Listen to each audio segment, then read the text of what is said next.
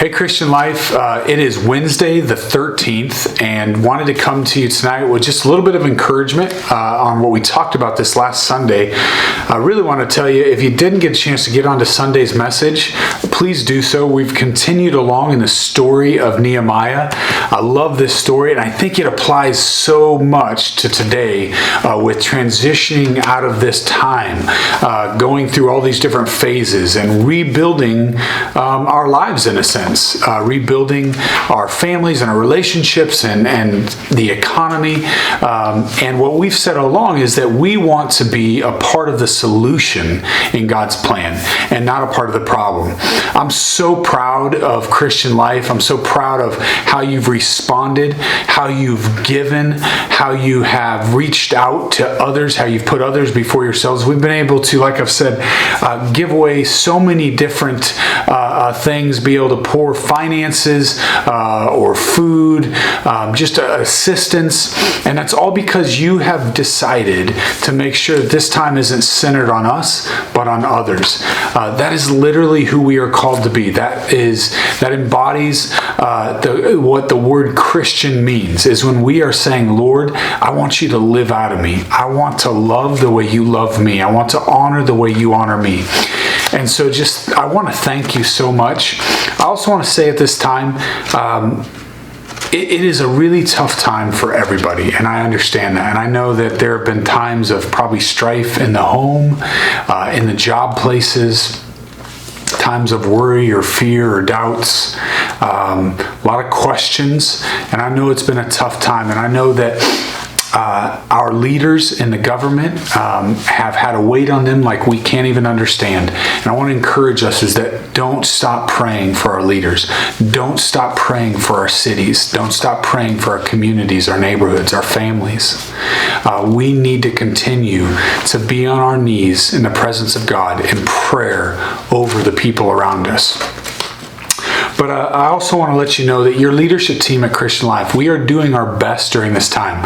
I was joking with my father that, man, there's no instruction book to this. There's nobody I can call up and say, hey, when you lived through this time of COVID virus, how did you handle this? And so I think there's a really hard part of that is feeling like, man, there's nowhere to turn to find kind of the instruction book. I think the awesome part of that is it forces me and your leaders, all of us, to rely completely on the power of God.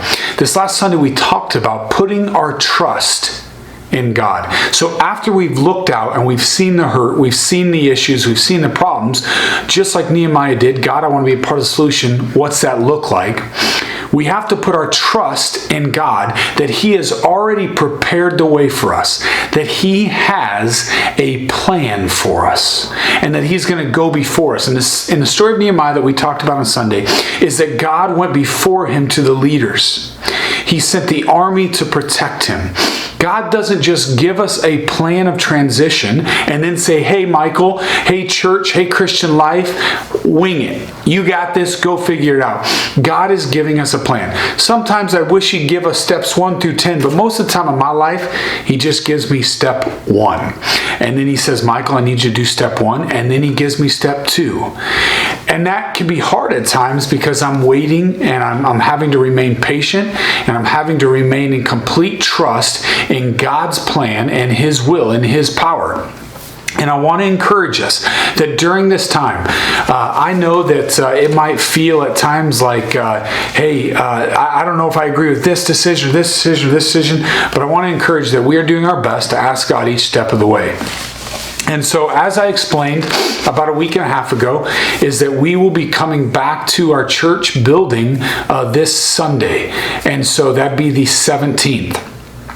But we're going to be coming back in a way that we feel honors what God is asking us to do in a safe way. And so what's that look like for us at Christian Life? It's going to feel different. It's going to look different at times. But the priority, I think what it has to be our priority is that we realize that we are coming back to worship together, to put our eyes, to keep our eyes remaining on Him. And if we do that, it doesn't matter if things have to be done a little differently at this time. It doesn't matter if some different things we have to put into place, because our focus has to remain on Jesus Christ. And so, first off, we want to say this, is there's no pressure. We do not want to pressure you into coming back to church before you feel like it's the right time for you or your family. We believe that each one of you are children of the King. We believe that you hear from God, and we want to empower you to ask God specifically at this time when it's right for you and your family. And so, if you are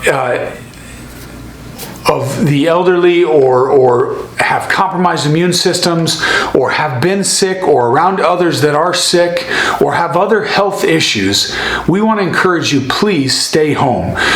We want to keep you in a safe environment, and we do not want you to be compromised at all. And so we don't want you to feel bad at all. During this time, we have made it possible to continue offering everything online.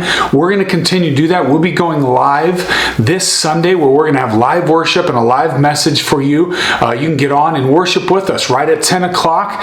Church will be at the normal time, and that will remain up afterwards. We would love to have you interact live with us. We'd love for you to get on and share it with your friends and family. There have been so many, in fact, there have been thousands of people interacting with Christian Life during this time. We don't want to lose out on building that relationship with you. We don't want to lose out on offering that ministry to you. And so please continue to let your friends and family know during this time that we are going to be live and it's still going to be available to you. Comment, get involved, send in your prayer requests. We're going to continue praying with you. We're going to continue challenging you in this way, whether it's at the physical facility or whether it's online. And so you'll be able to get on and be a part of that with us. For those of you that feel like this Sunday you're going to be coming back, it's going to look a lot different. One of the first most important things for I know a lot of you is it's going to be BYOC. It's going to bring your own coffee. The coffee shop's going to be remaining closed for a little while until we feel it's safe to open that back up. So hey, support your local Starbucks or your local coffee shop or your local coffee maker in your kitchen. Bring your own coffee. That's perfectly okay, but we will not be having the coffee shop open. I know it's strange to say, hey, we're asking people to refrain from hugging or handshakes, but what I love is that it doesn't change the fact that we love each other. It doesn't change the fact that we're a family.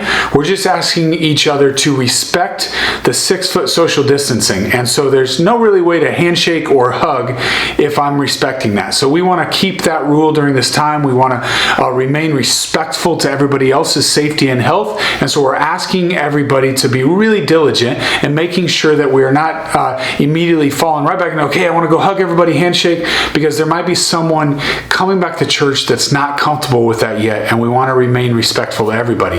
Parents, I know that's hard. My kids want to hug, my kids want to run up to others.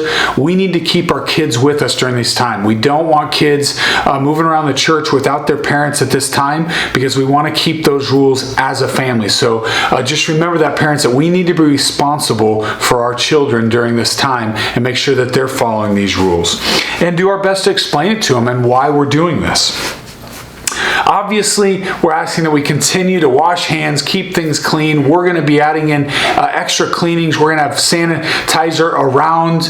We're going to make sure that the bathrooms remain open and available for hand washing and other places for sanitizer. But please continue to make that a priority. And honestly, like I shared in a couple of times, I don't think that should stop. I think that should be a pretty good life practice, washing our hands.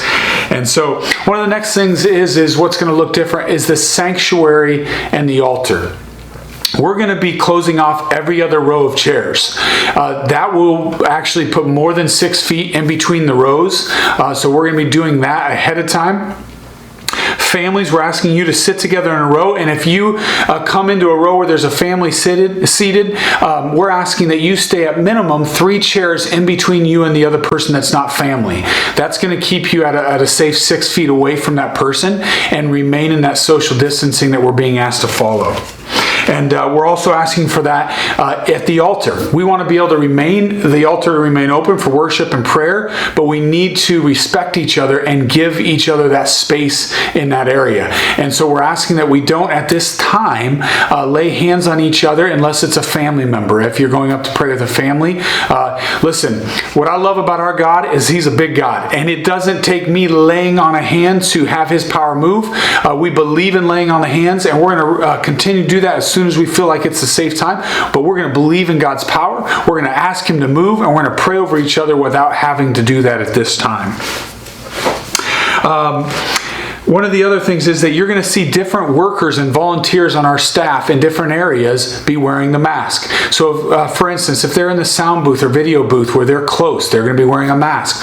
Our greeters are going to be wearing a mask and maintaining that social distancing. So we've got different departments being asked to wear a mask. So please explain to your children, if some of them haven't been around the mask, we don't want them to be scared. We want them to understand why we're doing it. If you feel like you need to be wearing a mask, please, you're invited. Wear your mask at church. We're not going to ask someone to make sure they do or not at this time. We're asking you to be responsible and follow what we feel is a safe environment. There's going to be a lot of other little things, rules posted. We want you to check out, for instance, the couches in the lobby. It'll be one person on each couch unless you're family. We're going to be removing some of the chairs out of the coffee shop to spread those out. In the lobby, when we're congregating before or after, we're asking that you remain social distancing so that we can have that space open. If not, we're going to have to move to where we're closing that down, and we don't want to do that. The key is, there are going to be changes, whether it's dropping your offering out as you give on the way out or things like that. There's going to be all these different looks. But for us to be able to come back together, we need to be willing to make some changes, make some sacrifices so that we can come back together and worship together.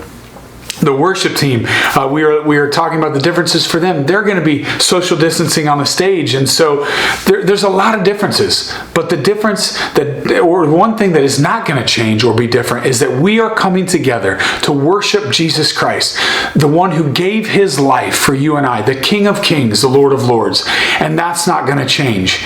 And we are excited to do that. We're asking that you check this out, share this video, share these changes with the people around you. We're going to continue to update you, maybe even in this week if something needs to change, if something would happen, because it's still a very fluid situation. Over the next few weeks, we'll continue to update you on when we might open up the coffee shop or other things. We're just going to ask God every step of the way, Lord, show us the plan. Then we're going to place our trust in you that you are going before us, around us, behind us, surrounding us. And so, Christian Life, we love you. We are excited to transition back into being able to meet together. Whenever that time is right for you, whenever God asks you to come, we're excited to see you. We love you. We miss you. Megan and I, the kids, we miss you. And we are trusting that God has a plan to bring us through this stronger than ever before, where we are a part of the solution in rebuilding the walls of our city, rebuilding the relationships, rebuilding the economy. We as a church have an opportunity like never before in my generation to be a part of the solution of rebuilding. And we are choosing to keep our eyes focused on God. I'm so proud of you, Christian Life. Continue to look to Him. Continue to keep your trust in Him. We love you. We hope you have an awesome week. Excited to see you soon.